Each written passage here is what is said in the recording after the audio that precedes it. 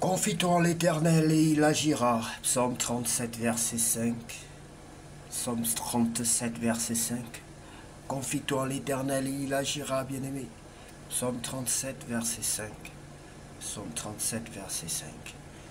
Confie-toi à l'Éternel et il agira. Bonjour bien-aimé, que Dieu vous bénisse. Nous sommes aujourd'hui lundi 10 mars 2025. Que le Seigneur Jésus-Christ soit béni. Prions ensemble. Seigneur, en ce début de semaine, nous venons te remettre nos projets, nos pensées et nos vies. Père Céleste, merci pour cette nouvelle journée, cette nouvelle semaine que tu nous donnes. Merci pour ton amour et ta fidélité qui ne faiblissent jamais. Dirige nos pas, éclaire nos décisions et remplis nos cœurs de paix et de sagesse. Fortifie-nous pour accomplir nos tâches avec excellence et aide-nous à être des témoins de ton amour dans tout ce que nous faisons. Que cette semaine soit sous ta bénédiction et guidée par ta main puissante, comme il est écrit, confie-toi en l'Éternel et il agira. Oui, bien-aimé, que Dieu vous bénisse. Si vous n'avez pas encore reçu le Seigneur Jésus-Christ dans votre vie en tombant sur cette vidéo, c'est une grâce, bien-aimé. Sachez que Dieu vous fait grâce de pouvoir vous repentir aujourd'hui, de pouvoir naître de nouveau, de pouvoir faire sa rencontre. Et vous ne pouvez pas faire la rencontre de Jésus-Christ, le véritable, et rester le même, sans que votre vie ne soit changée positivement. Si tu veux voir ta vie changer, si tu veux naître de nouveau, bien-aimé, tu peux fléchir tes genoux et commencer à dire cette prière après moi pour que ta vie soit complètement changée et que le Seigneur agisse puissamment en toi. Au nom de Jésus. Tu vas dire, Seigneur Jésus-Christ, je reconnais que je suis un pécheur. Seigneur Jésus-Christ, je reconnais que je suis un pécheur. Pardonne-moi, Seigneur. Prends le plein contrôle de ma vie. Prends le plein contrôle de ma vie.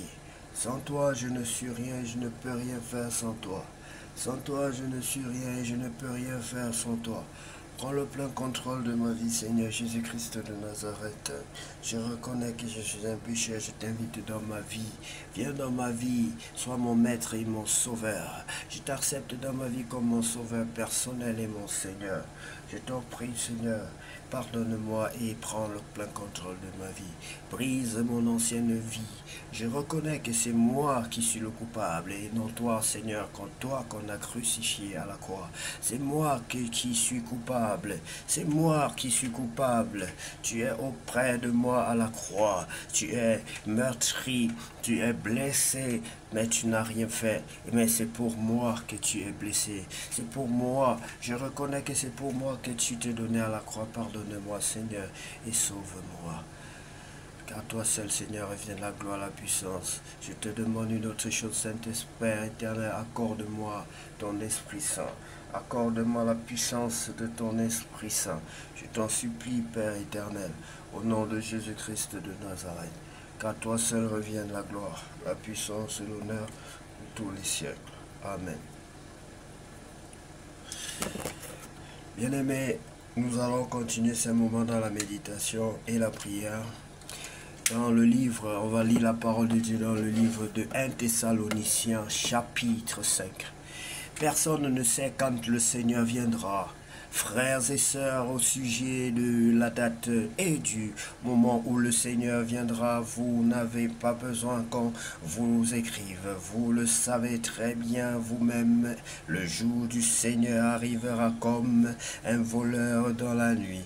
Quand les gens diront quelle paix, quelle sécurité, alors tout à coup ce sera la catastrophe, elle tombera sur eux comme les douleurs sur la femme enceinte, et ils ne pourront pas y échapper. Mais vous, frères et sœurs, vous n'êtes pas dans la nuit, et ce jour-là ne peut pas vous surprendre comme un voleur. En effet, tous, vous appartenez à la lumière, vous appartenez au jour. Nous ne vivons pas dans la nuit, nous ne vivons pas dans l'obscurité, ne donnons pas comme les autres.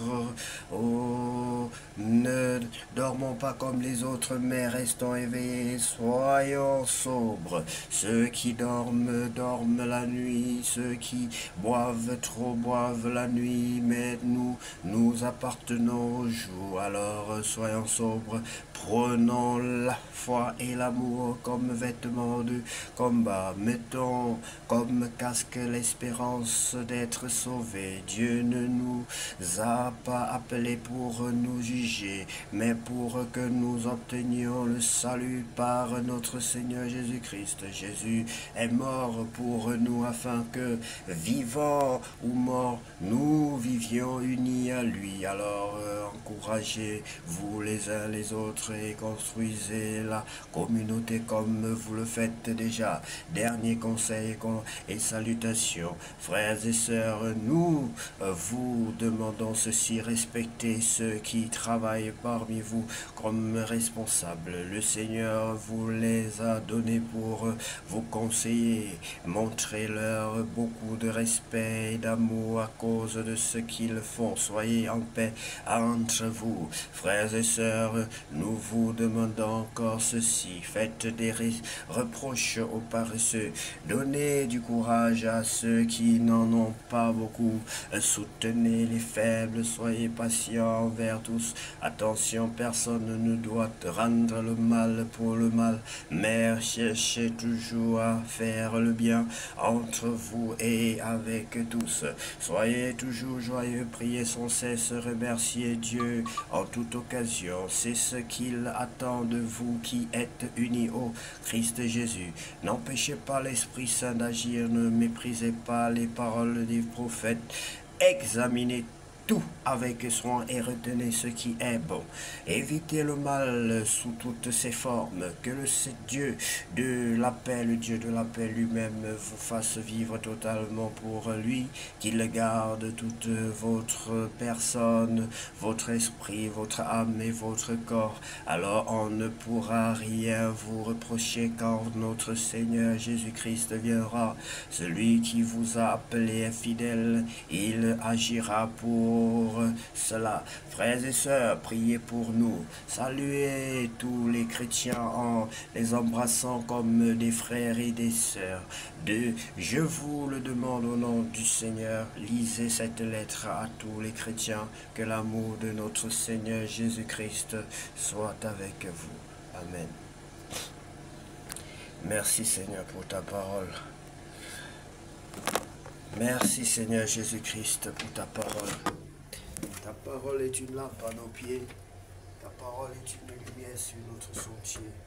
Sans ta parole, nous ne sommes rien. Bien-aimés, les obstacles nous aident à prendre le droit chemin. Les obstacles, ne voyez pas toujours les obstacles comme des obstacles. Donc, Dieu n'a pas intérêt à nous à laisser les obstacles devant nous.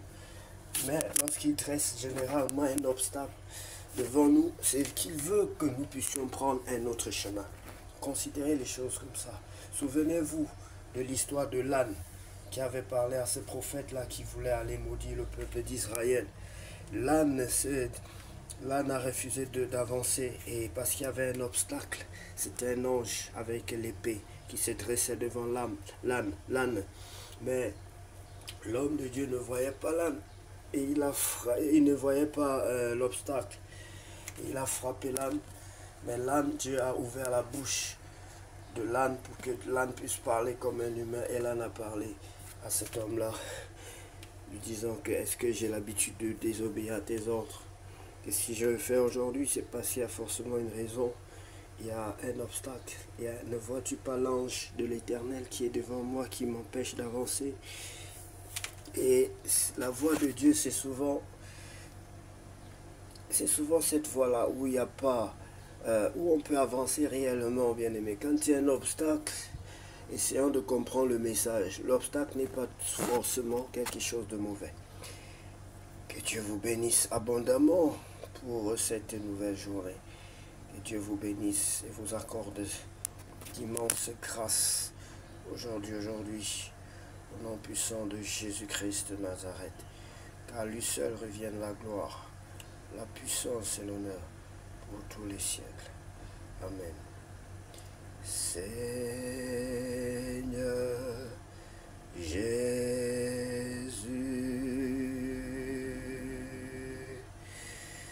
que la gloire te revienne, que la gloire te vienne.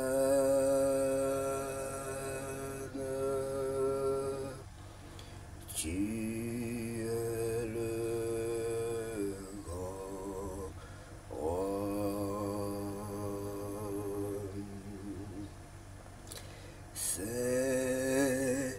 Seigneur Jésus,